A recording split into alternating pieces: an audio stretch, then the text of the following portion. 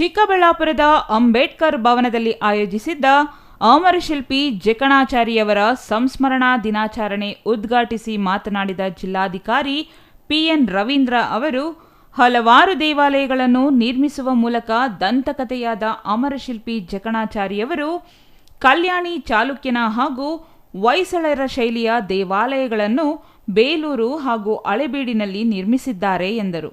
ಗ್ರಾಮಗಳಲ್ಲಿ ಸುಂದರವಾದ ದೇವಾಲಯಗಳು, ಕಟ್ಟಡಗಳನ್ನು ವೈಚಾರಿಕತೆ ಮತ್ತು ಧರ್ಮದ ಹಿನ್ನೆಲೆಯಲ್ಲಿ ನಿರ್ಮಾಣ ಮಾಡಿದ್ದು ವಿಶ್ವಕರ್ಮ ಸಮುದಾಯದವರು. ಸರ್ಕಾರ ವಿಶ್ವಕರ್ಮದ ಅಡಿಯಲ್ಲಿ ಬರುವ ಎಲ್ಲ ಕಾರ್ಯಕ್ರಮಗಳನ್ನು ಈ ಸಂಘ ಸಂಸ್ಥೆಗಳಡಿ ಯೋಜನೆಗಳನ್ನು ರೂಪಿಸಲಾಗಿದೆ. ಈ ಸಮುದಾಯದವರು ಸದುಪಯೋಗ ಪಡಿಸಿಕೊಳ್ಳಬೇಕು. ಈ ಸಮುದಾಯದ ಕಲಾಶಾಲಾ ಕಟ್ಟಡ ನಿರ್ಮಾಣ ಮಾಡಲು ಜಮೀನು ಮಂಜೂರಾತಿಯ ಕುರಿತು ಈಗಾಗಲೇ ಸರ್ಕಾರಕ್ಕೆ ಪ್ರಸ್ತಾವನೆ ಸಲ್ಲಿಸಲಾಗಿದೆ ಎಂದರು. ಜಕಣಾಚಾರ್ಯವರ ಹೆಸರು ಶಾಶ್ವತವಾಗಿ ಉಳಿದಿರ್ತಕ್ಕಂಥದ್ದು ನಮ್ಮೆಲ್ಲರಿಗೂ ಕೂಡ ಗೊತ್ತು.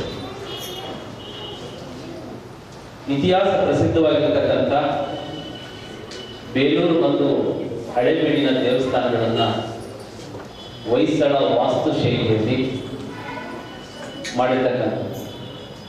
ಈಗ ಯಾವುದೇ ಒಂದು ಕಟ್ಟಡವನ್ನು ನೋಡಲಿಕ್ಕೆ ಹೋದಾಗ ಒಂದು ನಾಗರ ಶೈಲಿ ಇದೆ, ಮತ್ತೊಂದು ಹೊಯ್ಸಳ ಶೈಲಿ ಇದೆ, ಮತ್ತೊಂದು ಚಾಲುಕ್ಯ ಶೈಲಿ ಇರ್ತಕ್ಕಂಥದ್ದನ್ನು ನಾವು ಕಾಣ್ತೀವಿ. ಪ್ರಮುಖವಾಗಿರ್ತಕ್ಕಂಥದ್ದು ನಾಗರ ಶೈಲಿ ಮತ್ತು ದ್ರಾವಿಡ ಶೈಲಿ ಅಂತೇಳಿ ಕಾಣ್ತೀವಿ.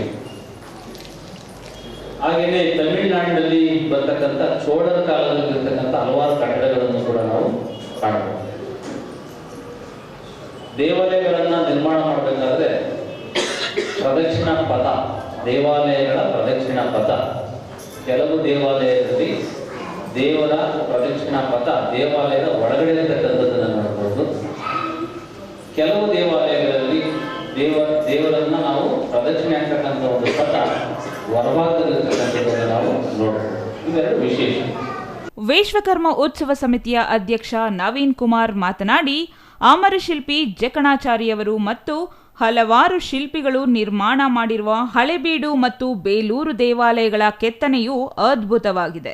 ಅಯೋಧ್ಯೆಯಲ್ಲಿ ನಿರ್ಮಿಸಲಾಗಿರುವ ರಾಮ ಮಂದಿರದ ಶ್ರೀರಾಮನ ಮೂರ್ತಿಯನ್ನು ಮೈಸೂರಿನ ಅರುಣ್ ಯೋಗಿರಾಜ್ ನೀಡಿರುವುದು ನಮ್ಮೆಲ್ಲರ ಗರ್ವದ ಸಂಗತಿಯಾಗಿದೆ ಎಂದರು. ಎಸ್ಎನ್ ಅಮೃತ್ ಕುಮಾರ್ ವಿಶ್ವಕರ್ಮ ಅಮರಶಿಲ್ಪಿ ಜಕಣಾಚಾರಿಯವರನ್ನು ಕುರಿತು ಉಪನ್ಯಾಸ ನೀಡಿದರು.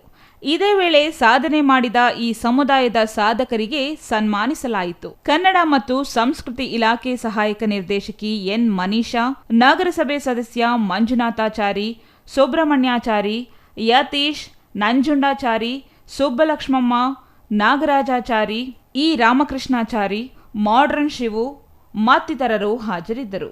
Jangalahalli Ashwath, CTV news, Chikkaballapur.